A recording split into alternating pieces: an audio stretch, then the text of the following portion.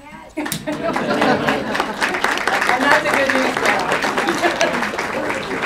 Thanks, Maureen. Wow. Okay. Well, we know more now.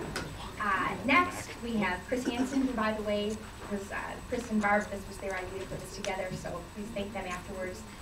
And also, if you'd like a copy of the PowerPoint presentations, please feel free to talk to the presenters afterwards, give them a copy of your business card, and they'd be happy to email that to you.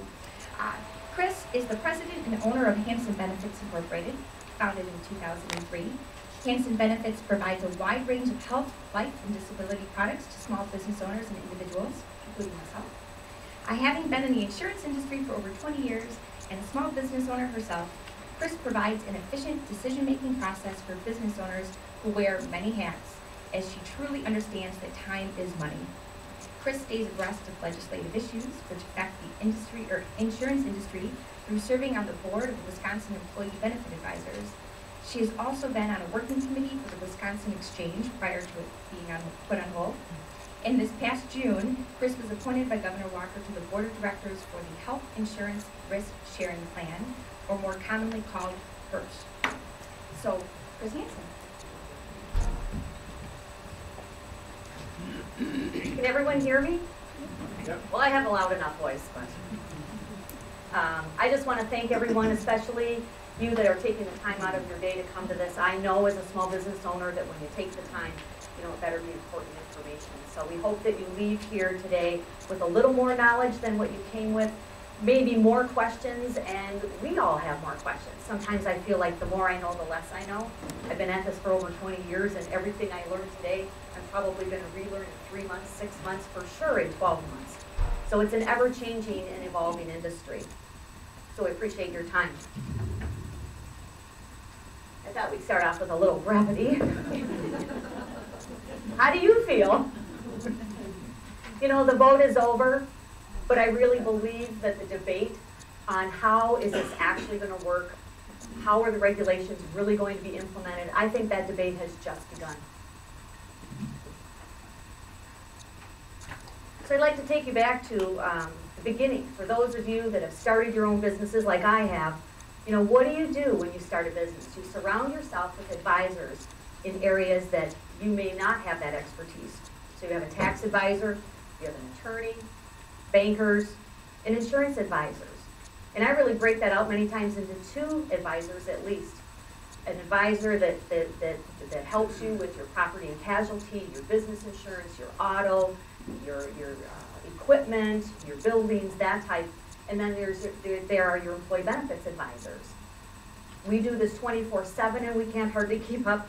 And I always say we are the orthodontists of health insurance. We're not your generalist, we're your specialist, and we can hardly keep up. So how will we, as your insurance advisors, how will we serve you, the small businesses, in the future? We believe that we have the expertise, we're positioned well to help guide you, to be your first call and not your last resort. We help you navigate through the maze and through the muddy waters and advocate on your behalf with the carriers. I always say we kind of, we sit in a precarious position. We are at the beck and call of the client, but we're also at the mercy of the carriers. I don't set the rules that the carriers give. I don't set the rates. I have to distribute them, and I have to be the Grim Reaper many times. So we really help you guide through that maze. Case in point is we help you understand the regulations and how the carriers interpret those regulations. Case in point with the age to 26. In 2009, dependent coverage went to age 27. Then the Affordable Care Act came out, and that dependent coverage was backed off to age 26. Then comes how do the carriers that we all represent, how do they each interpret those rules? We've had some carriers say, well, when the rules change, as it was enacted in Wisconsin last year to age 26, we'll just change it with all of our groups at the same time. Then we have some carriers that they will only make those changes upon that group's renewals. So we have to know how all of the carriers interpret and actually issue those regulations. I believe there are still many, many options for small businesses as you continue to, walk through this maze, and we walk with you. It's all about creativity. Even in small groups, sometimes even down to 2 employees, they can offer dual choice or 2 plans. Larger groups can offer 3 plans side by side. We're seeing many employers go to fixed contributions, fixed dollar amount contributions, versus paying a percentage of those premiums. We're seeing many more HSAs come into play and being implemented. In fact, we had a group a year ago that went from a $250 deductible to a $5,000 HSA and $10,000 family deductible HSA. That is a wide variance. And they're doing that in order to even keep their group plan in place because of the increases that they're seeing. This same group also implemented an HRA, or a health reimbursement arrangement. So they had the HSA, wrapped it with an HRA, and then also gave some seed money to those employees to put into their HSAs. Now that was an interesting employee meeting, let me tell you. I think they're still trying to figure it out. And I think I wrote it out, I don't know how many times, of like, okay, now how are we gonna actually do this? And there's rules and regulations on how HRAs and HSAs integrate together. We also are seeing a lot of employers not offering group benefits and going the individual route, where they'll say, I'm gonna set up a health reimbursement arrangement document. You go out and procure your own health insurance individually, bring us your receipts, and we'll reimburse you a set dollar amount per month for that. So that when they're doing that reimbursement, at least it's not income to that employee that the employee pays tax on and the employer is paying tax on. Beyond individual health insurance, for those who can't today get it in the individual market, there is Hearst in Wisconsin, health insurance risk sharing plan. And it's a high risk pool for those individuals that can't find insurance in the individual market. When people say they can't in Wisconsin, can't get insurance, many times what they're really saying is, I can't afford that insurance. It's available here in Wisconsin, I can't afford it. And they go without. And we run into those individuals all the time that have gone 6 months with no insurance, 4 years with no insurance. And then they want to buy insurance, and many individual carriers are now saying, you've not had insurance for 4 years, you've probably not been in for a physical for 4 years. We will now require that physical before we will issue that coverage to you, or even underwrite you, and you will pay for that physical yourself. So a lot of changes, even in the last 12 months, with how that's all working. And I always say, there is nothing affordable about the Affordable Care Act. So how did we get here anyway? And I'm not really sure many times if small employers would ever offer health insurance because of the cost of it beyond your payroll, if not for 2 major reasons. And one is, it helps them be competitive with the larger employers. It helps them attract and retain some of those key individuals, highly skilled, that they're hoping to draw from the larger employers that offer a myriad of employee benefits. They're helping to draw them in. And many times those small employers, they're also looking to get health insurance for their own family. So that's why the group insurance exists today. Where it came from was post-World War II, wages were frozen.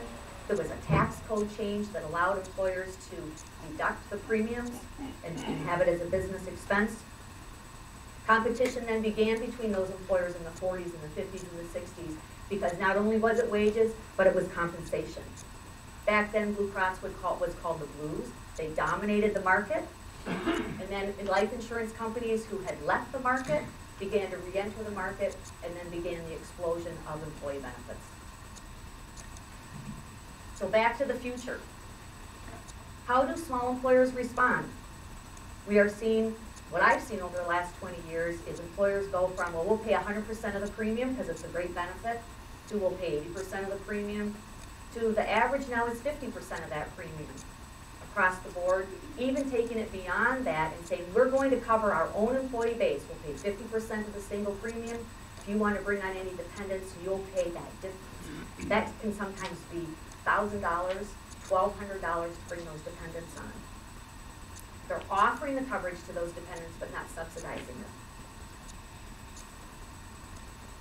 We're also seeing some of those employers say, you know, I'm going to cover my employee base, and if your spouse doesn't have access to other coverage, we'll cover them.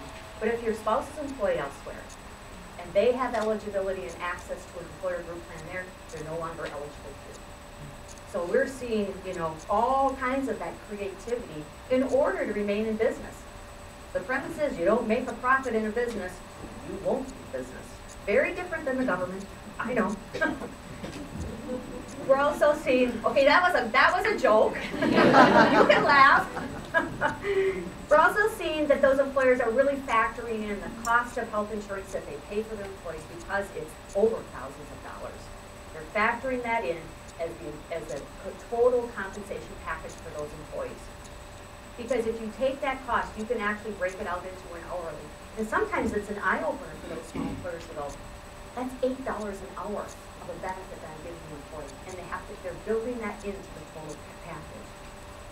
Some small groups are canceling their coverage totally because under 50 employees in 2014 will not pay a penalty for not offering benefits. Today, the way the law is written, who knows moving forward, what will happen down the road, but in 2014, groups with 50 or more employees will be assessed the penalty if they don't offer the essential benefits. Small employers will not pay. So, Expedia.com. This is what the exchanges are supposed to be. This is how they were designed. Online shopping, won't it be easy? Easy as 1, 2, 3. In fact, we decided to make a little experiment last month, and that was, we usually, on the individual basis, we quote for our clients, we will show them in spreadsheet all of their options. We then have them come into the office to enroll online. We had a couple of individuals say, you know what, I'd rather just do it myself, just give me the information. They did, and then we ran into issues and problems. So it is not as, I thought, well, it's simple, it's just an enrollment, takes you about 40 minutes to do, and it was not simple in the end. We had to backtrack, and it was not a very efficient way to go. So we learned a lesson. But we believe as your insurance advisors, we're positioned well to navigate all the markets. Group insurance, individual insurance, exchanges. In fact, 5 years ago, we began to position ourselves to not only offer individual health insurance, but short-term medical plans for college students, employees between jobs. We advanced and began to offer Medicare products, voluntary and worksite benefits. There is an uptick in those benefits as employers begin to scale back more and more and more. The advent of those voluntary and worksite benefits is only going to continue to increase. What that is you're offering the benefit to your employees, you're collecting the premium, but the employees are paying 100% of that premium. We've seen an increase in wellness. We were part of the initiation of the Well City Fox Cities initiative. We've seen wellness programs built into health plans where you can actually get money back. There's a carrier that if you meet the criteria, you renew with that carrier, they will send back 10% of the total premium paid. And I tell clients, if you're not trying, you're leaving money on the table. And sometimes that's thousands and thousands of dollars. We've delivered checks in the past for $13,000 money back to that employer. We have no idea how long that's going to last, and if it will in 2014 and beyond, but it exists today. They even have an individual product that exists out there with a wellness benefit built into it. You know? Get it while it's hot. But you asked for it, we listened. We have a lot of clients that are very interested in following healthcare reform. They want to know what's going on, they want to read it, but they don't want to have to go out and look for it themselves. So we started pushing that information onto our Facebook page for Hanson Benefits, not realizing, well, not everybody's on Facebook.